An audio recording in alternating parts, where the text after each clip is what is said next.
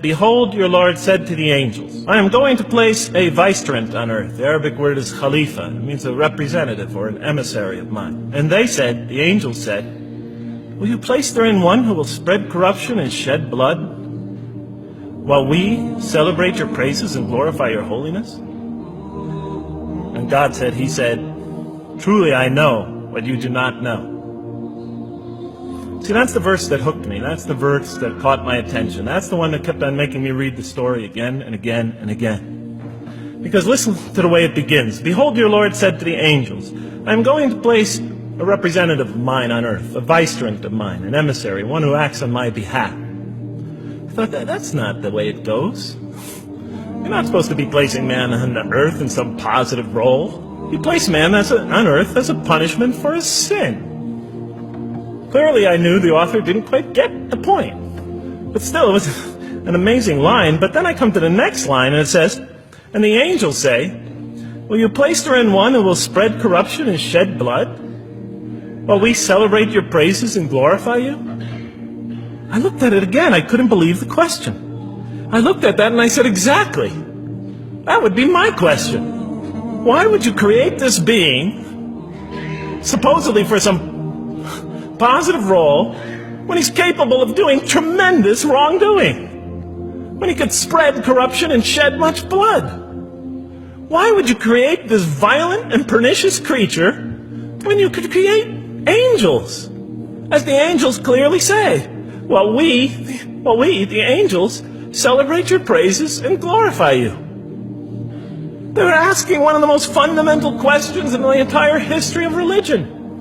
Why create you, man, this utterly fallible creature, this creature who could rebel against God's will, who could do such tremendous wrongdoing, who can wreak havoc like no other creature on earth, when you can make them angels? That whole question, everything that I ever thought, everything that I ever experienced, everything that I ever knew was in that question. It was as if the author took my life and wanted to pick out exactly the right question to humiliate me, to provoke me, to anger me.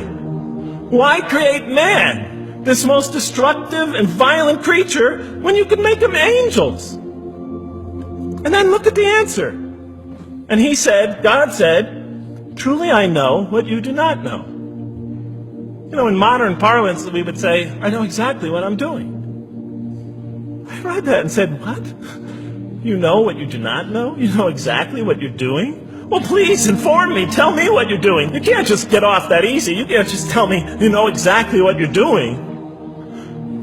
Not after what I've been through. Not after you made me this way. And then I realized, of course, I was arguing with a God I didn't even believe in. And that would happen several times as I read through the Quran. And sometimes I would just get into so agitated by what I read, I'd start arguing with this voice that I'm reading before me, that's calling to me. So we turn to the next verse. It turns out that the Quran just doesn't dismiss the question. It starts to answer it a little bit. And in the next verse it says, and he taught Adam, God taught Adam, the names of all things. And then he placed them before the angels and said, tell me their names if you are right. So this verse is clearly referring to the previous one. But notice what it says. And he taught Adam the names of all things. So here we see Adam is not only just a creature who knows how to name things, who's acquiring the gift of language, but he's also a learning creature. God is teaching him. Now right here, right in this verse, and it'll come even clearer in the subsequent verses, that the very first thing that the Quran is going to emphasize here is man's intellect. He is a learning creature. He is taught. And what is he taught? What is one of the great intellectual gifts he's given in response to the angel's question? The gift of language. Because through language, mankind can not only learn, but he could learn things not only through his own experience, but he could learn things that other people have experienced of times and places that are hundreds, thousands of years and miles separated from him. And so that all our knowledge becomes cumulative. Every generation learning from the generation before it. I'm learning today from authors I read from other sides of the world that may have existed 2,000 years ago. And so we all contribute to our collective learning and knowledge. And so what I'll see later in the Quran, And the Quran will emphasize this again and again and again. Like in one verse it says, read in the name of your Lord who created a man out of a tiny creature that clings. Read, it commands the reader. For your Lord is most bountiful. Why is he most bountiful? What great gift did he give you? For he taught man the use of the pen, and through it taught him what he otherwise could not know. And he taught Adam the names of all things. And then he placed them before the angels and said, tell me their names if you are right. Okay, you have this you have this natural question about this creation of mankind. Here, this mankind is this human being, this human creature is a learning creature. He has many intellectual gifts. Here, I'm going to place these things before you. Tell me their names if you are right about man. And what did the angel say? Glory to you. We have no knowledge except what you have taught us. In truth, it is you who are knowing, the wise. They say this task, this intellectual test that's put before them is beyond their grasp. And so in the next verse we read, and he said, oh Adam, tell them their names. And when he had told them their names, notice how it's just like it's nothing for him. For mankind, he has this phenomenal ability. And that's clearly the point of these verses. Even though I felt that the author didn't quite, it was as if I realized that he didn't misunderstand the story. He was taking one of the great stories in the history of humankind, one of the fundamental greatest stories in the history of mankind, and molding it and using it as a vehicle for an entirely original message. And God said, did I not tell you that I know what is unseen in the heavens and the earth? And I know what you reveal and what you conceal? In other words, didn't I tell you I know exactly what I'm doing? I looked at that. What question what did they reveal and what did they conceal? Why are you all looking at me like that? You're starting to scare me. You're all looking very serious. Am I losing you? Wow. Okay. So, they revealed the sinister and evil propensities of man.